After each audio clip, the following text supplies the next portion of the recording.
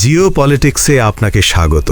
আর আজকের এই ভিডিওতে আমরা এমন এক বিষয় নিয়ে কথা বলতে যাচ্ছি যা শুধু ভেনেজুয়েলা বা আমেরিকার মধ্যেই সীমাবদ্ধ নয়, এর সরাসরি প্রভাব পড়তে পারে ভারতের উপর, এমনকি গোটা বৈশ্বিক শক্তির ভারসাম্যের উপরও। ভেনেজুয়েলায় নাটকীয় ঘটনা প্রবাহের পর ডোনাল্ড ট্রাম্প এবার সরাসরি ভারতের দিকে আঙুল তুলেছেন। তার বক্তব্য স্পষ্ট, প্রধানমন্ত্রী মোদি জানেন আমি খুশি নই। এই অসন্তোষের কারণ একটাই, রাশিয়ান তেল। ট্রাম্প প্রকাশ্যে হুমকি দিয়েছেন, ভারত যদি রাশিয়া থেকে তেল কেনা পুরোপুরি বন্ধ না করে তাহলে ভারতের উপর শুল্ক আরও বাড়বে। বর্তমানে ভারতীয় পণ্যের উপর আমেরিকা ইতিমধ্যেই প্রায় 50% পর্যন্ত শুল্ক বসিয়েছে, যা বিশ্বে অন্যতম সর্বোচ্চ। কিন্তু ট্রাম্পের ঘনিষ্ঠ মহল ইঙ্গিত দিচ্ছে, নতুন শুল্ক বিল পাশ হলে এই হার 70% থেকে 80%, এমনকি চরম পরিস্থিতিতে 500% পর্যন্তও যেতে পারে।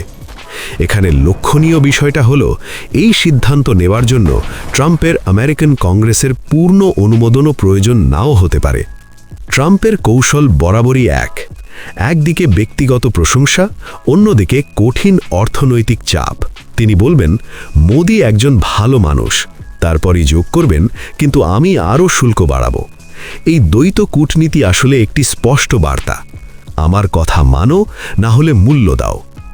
ভেনেজুয়েলায় নিকোলাস মাদুরোকে কার্যত অপসারণ করার পর ট্রাম্পের আত্মবিশ্বাস আকাশ ছোঁয়া।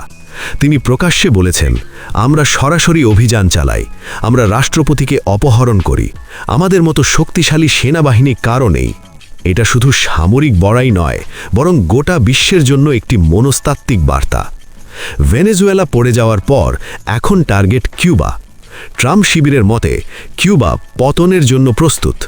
কারণটা স্পষ্ট, ভেনেজুয়েলা, কিউবা এই দেশগুলো পড়লে বিশ্ব তেল বাজারে আমেরিকার একছত্র আধিপত্য প্রতিষ্ঠিত হবে। এর ফলাফল ইতিমধ্যেই দেখা যাচ্ছে। মার্কিন তেল কোম্পানিগুলোর শেয়ার 10 থেকে 12% পর্যন্ত বেড়েছে। ডলারের পতনের ভয় কার্যত উধাও হয়ে গেছে। ভেনেজুয়েলার পর সতর্ক বার্তা গেছে কিউবা, কলম্বিয়া, মেক্সিকো। বার্তাটা একটাই, ভেনেজুয়েলা কিছুই করতে পারেনি, তোমরা কি করবে? এই কৌশল শুধু সামরিক নয়, এটি নরম শক্তির খেলা। আমরা তোমাদের মুক্ত করব। এই কথাটা শুনে বহু সাধারণ মানুষই বিশ্বাস করতে শুরু করে, সত্যিই হয়তো স্বাধীনতা আসছে। এদিকে ইরান নিয়েও উত্তেজনা বাড়ছে।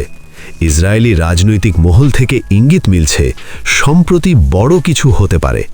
ট্রাম্প স্পষ্ট করে দিয়েছেন, তিনি ইরানকে আবার মহান করতে চান। আর ইতিহাস বলে, এই ভাষা সাধারণত অভ্যুত্থানের আগেই শোনা যায়। আর ট্রাম্পের পরবর্তী লক্ষ্য গ্রিনল্যান্ড। অনেকে ভাবেন গ্রিনল্যান্ড প্রসঙ্গ নিছক কৌতুক, কিন্তু বাস্তবতা হলো গ্রিনল্যান্ডে আছে বিপুল রেয়ার আর্থ মিনারেলস, যা আধুনিক প্রযুক্তি ও সামরিক ব্যবস্থার জন্য অত্যন্ত গুরুত্বপূর্ণ। ট্রাম্প একাধিকবার বলেছেন, গ্রিনল্যান্ড মার্কিন জাতীয় নিরাপত্তার জন্য জরুরি। প্রশ্ন হলো, ইউরোপ কি সত্যি তখন আপত্তি জানাতে পারবে? এখন প্রশ্ন আসে, ভারত কেন সবচেয়ে সংবেদনশীল অবস্থানে? কারণ ভারত একসাথে 3টি জায়গায় আটকে আছে। রাশিয়া থেকে সস্তা তেল, আমেরিকার বাজার ও প্রযুক্তি, চীনের সঙ্গে ভূ রাজনৈতিক টানাপোড়েন। এই 3-এর মাঝে ভারসাম্য রাখা ক্রমেই কঠিন হয়ে উঠছে। নতুন মার্কিন শুল্ক বিল পাশ হলে ভারত সরাসরি টার্গেট হতে পারে, কোনো আনুষ্ঠানিক আলোচনা ছাড়াই। ইতিহাস আমাদের একটাই শিক্ষা দেয়, যখন কোনো শক্তি নিজেকে অপ্রতিরোধ্য মনে করতে শুরু করে, তখনই অদৃশ্য কোথাও থেকে বাধা আসে। এটা রাজনৈতিক হস্তক্ষেপ হোক, অর্থনৈতিক ধাক্কা হোক বা ভেতরের বিদ্রোহ, কোনো না কোনোভাবে ভারসাম্য ফিরে আসে। প্রশ্ন হলো, এই শক্তির খেলায় ভারত কিভাবে নিজের পথ বেছে নেবে? আপনার মতে ভারত কি রাশিয়ান তেল ছেড়ে দেবে, নাকি মার্কিন চাপের বিরুদ্ধে দাঁড়াবে? কমেন্টে আপনার মূল্যবান মতামত অবশ্যই জানান।